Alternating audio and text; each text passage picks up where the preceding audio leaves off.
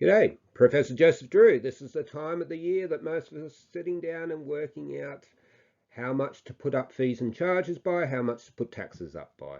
Now, if you're looking at taxes, you need to be looking at the videos I've done for the special rate variations. Everything in that applies equally to councils around Australia that aren't in rate capping regimes.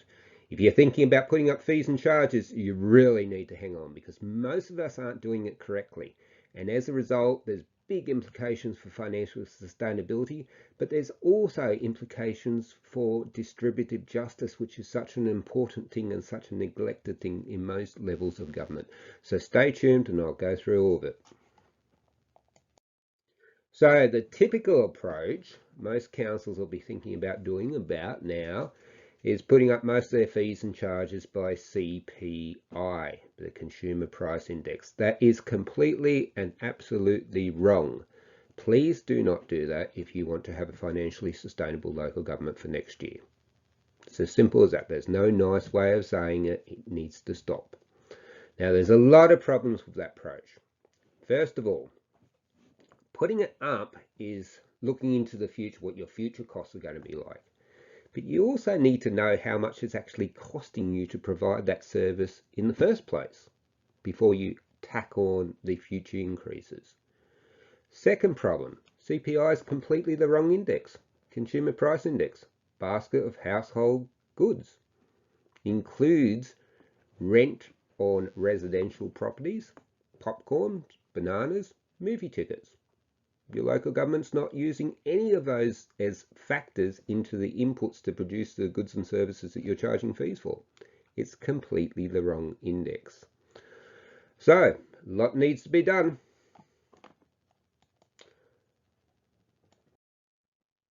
The sustainable approach is this. It's called supply side pricing. Basically, the first step, you look back. You look back on your historical data and you work out how much it costs you to produce that good or service right now. But that's only half the story. And when a lot of you do look back on that historical data, you're going to be shocked. You're going to be shocked to find out that you haven't been charging a fee that came anywhere near covering the full cost of providing that good or service. Now, please make sure you're including your overheads.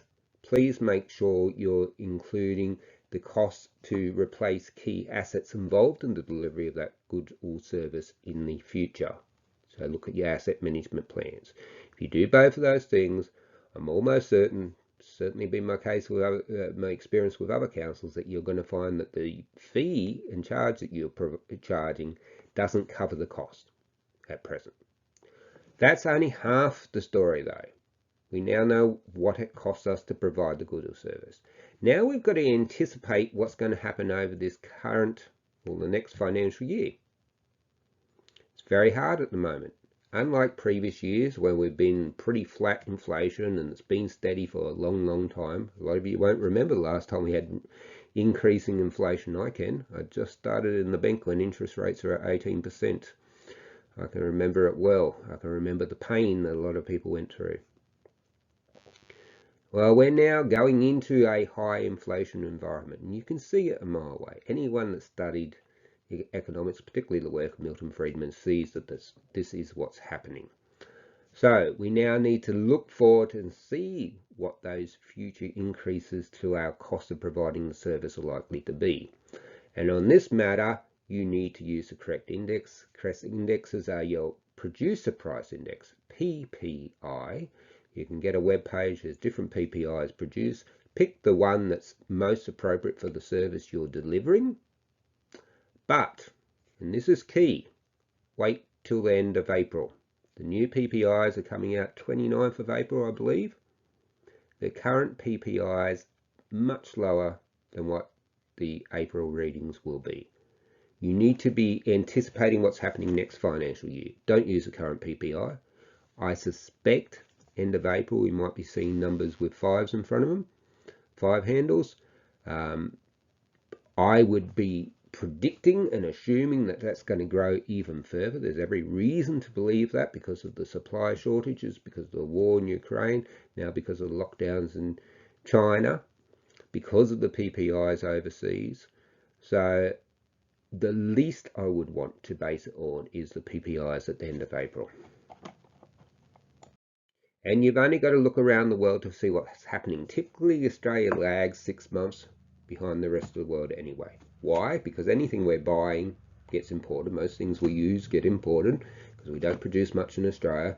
And they come by ship. It's a 6-month journey.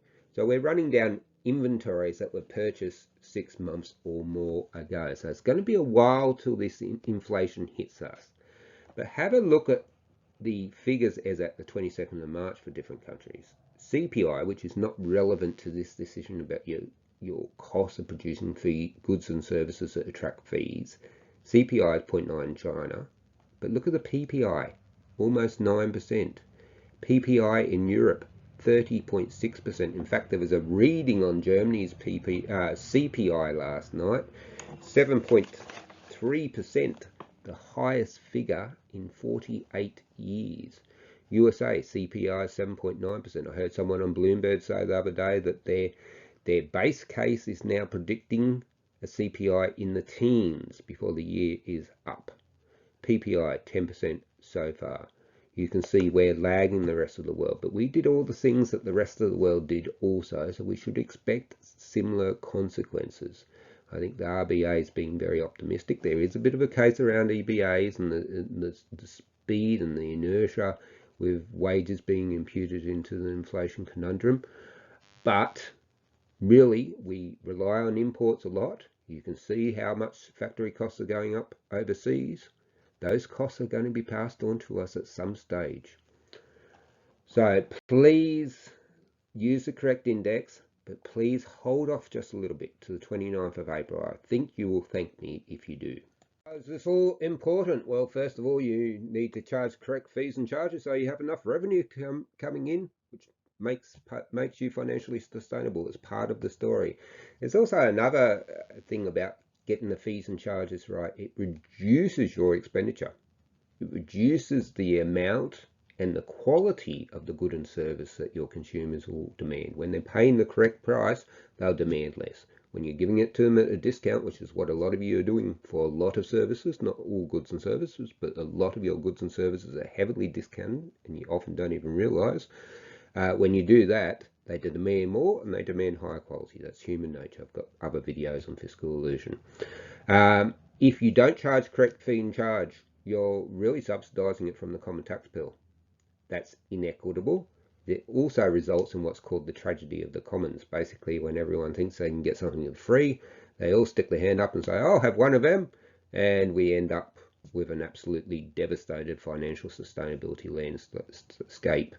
And finally, there's this critical issue of distributed justice, making sure that things are fair. Think of a good or service, maybe my septic inspection. If you're not charging me the full fee and cost of doing that septic tank inspection, that means all the taxpayers in Tamworth are subsidising my inspection. People who have sewage on and are already paying for sewage are subsidising my septic tank inspection. That is just plain unfair. It's unjust. It's not consistent with distributive justice. So I hope this video has helped you a lot with a really important task that most of us are doing at the moment. Please don't make the two typical mistakes that people make. Make sure that you know what the cost is at present and the proper cost, including overheads, including long-term capital replacements and asset management plans, and then anticipate the cost with the correct index and make sure you wait until the end of April and get an index that's more likely to be consistent with what we're going to experience in the next financial year. Now, of course, you can't go through this process for every fee and charge. It would take too long.